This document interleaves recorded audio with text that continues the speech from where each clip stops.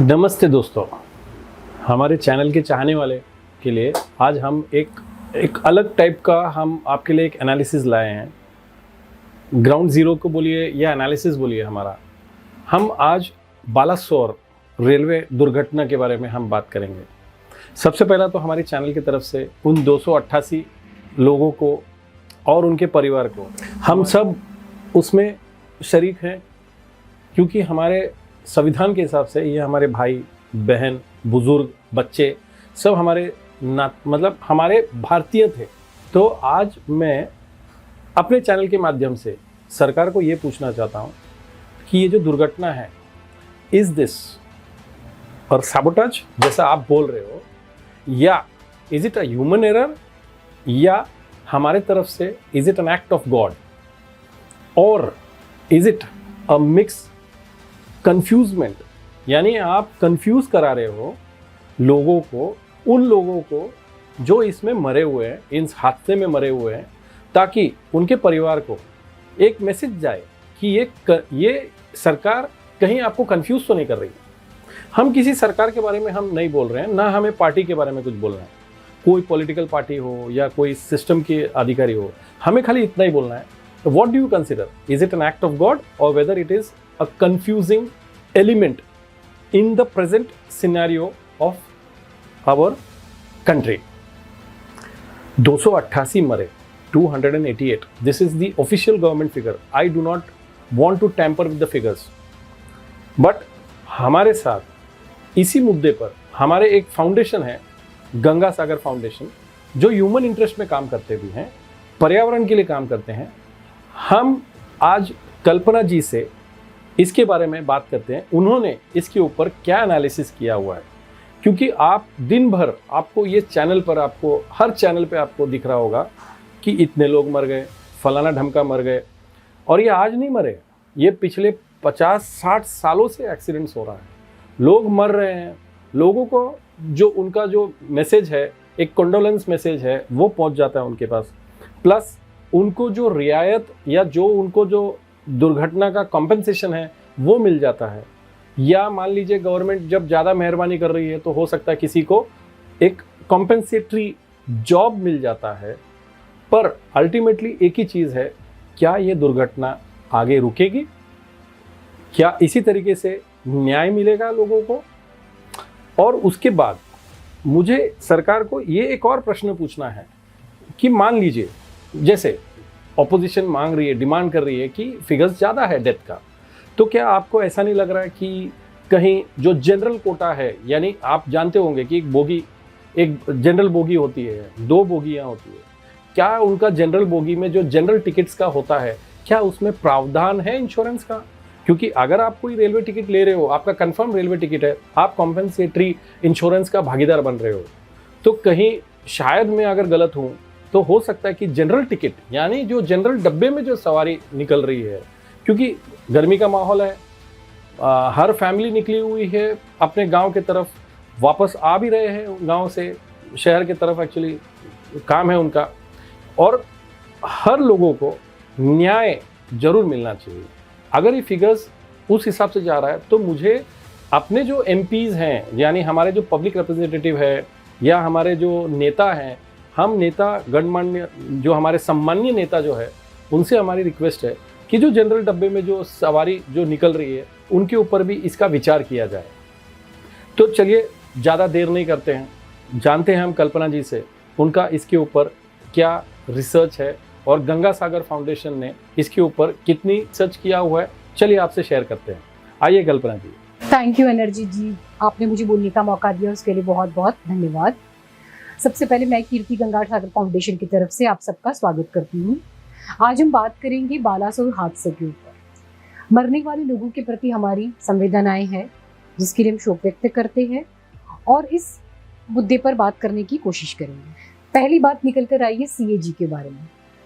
CAG की report कहती है 2022 से लेकर दिसंबर 2023 तक, जिसमें कुछ मुद्दे उठाए गए हैं, जैसे कि रेलवे सेफ्टी बोर्ड के बारे में।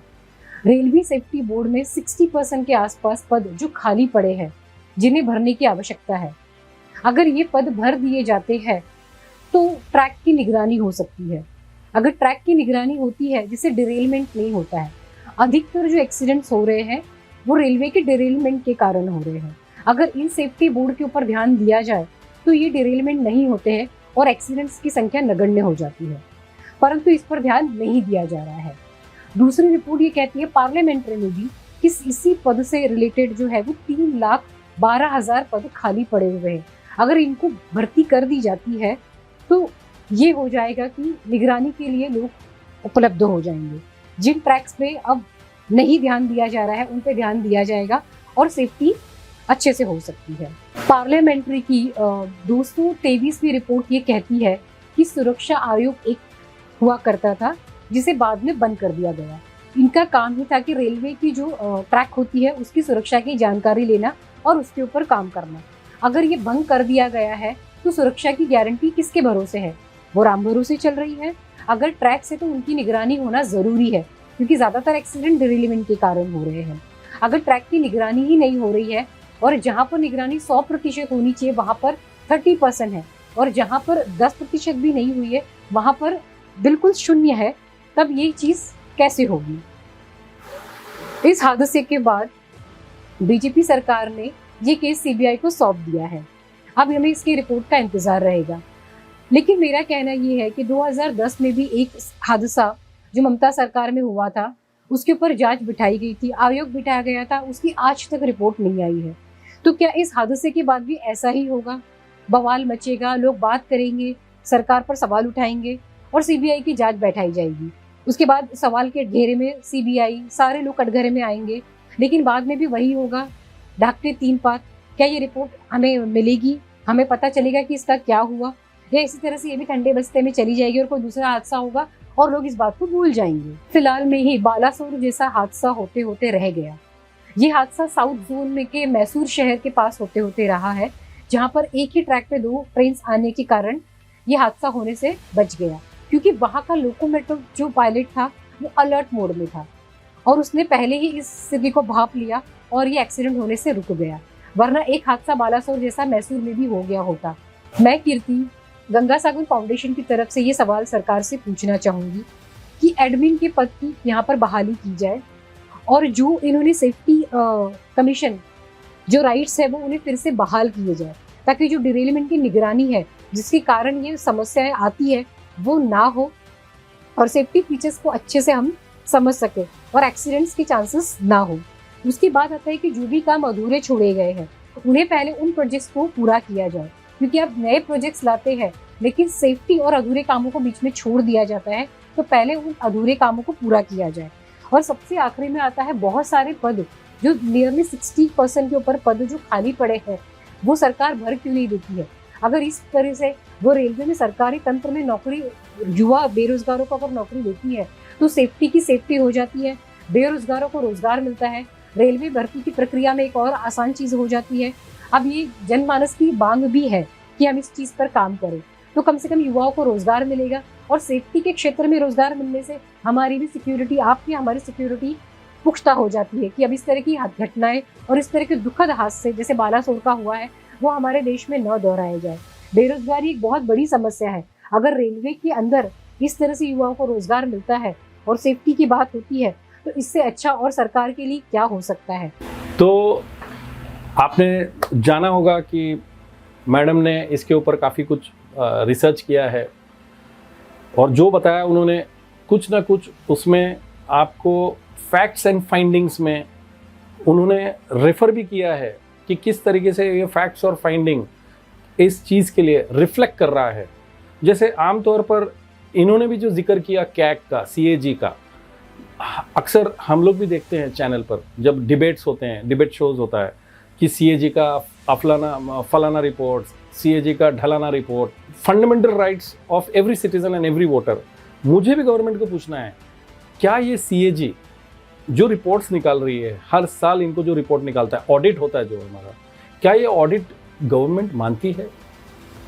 2010 का भी हमने रिपोर्ट देखा, 2011 का भी रिपोर्ट देखा और 2023 का भी अब जो हाल फिलहाल चल रहा है, क्या ऑडिट का रिपोर्ट सच है? क्योंकि गवर्नमेंट का रिपोर्ट है, इसको हम जुटला भी नहीं सकते। दूसरा, कहीं आपने जैसे मैडम ने अभी बताया सीबीआई की इंक्वायरी, तो क्या सीबीआई की इंक्वायरी यहाँ पर जरूरी है?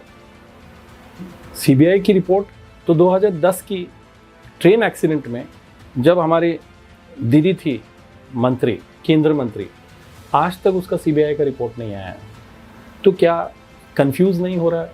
क्या हमारी जो जनता है, जो हमारी भोली जनता है, जो वोट डालती है अक्सर 5 साल में, क्या उनको आप गुमराह नहीं कर रहे हो, कंफ्यूज नहीं कर रहे हो, या खेला खेल रहे हो? मिलते हैं अगले सीरीज में। धन्यवाद।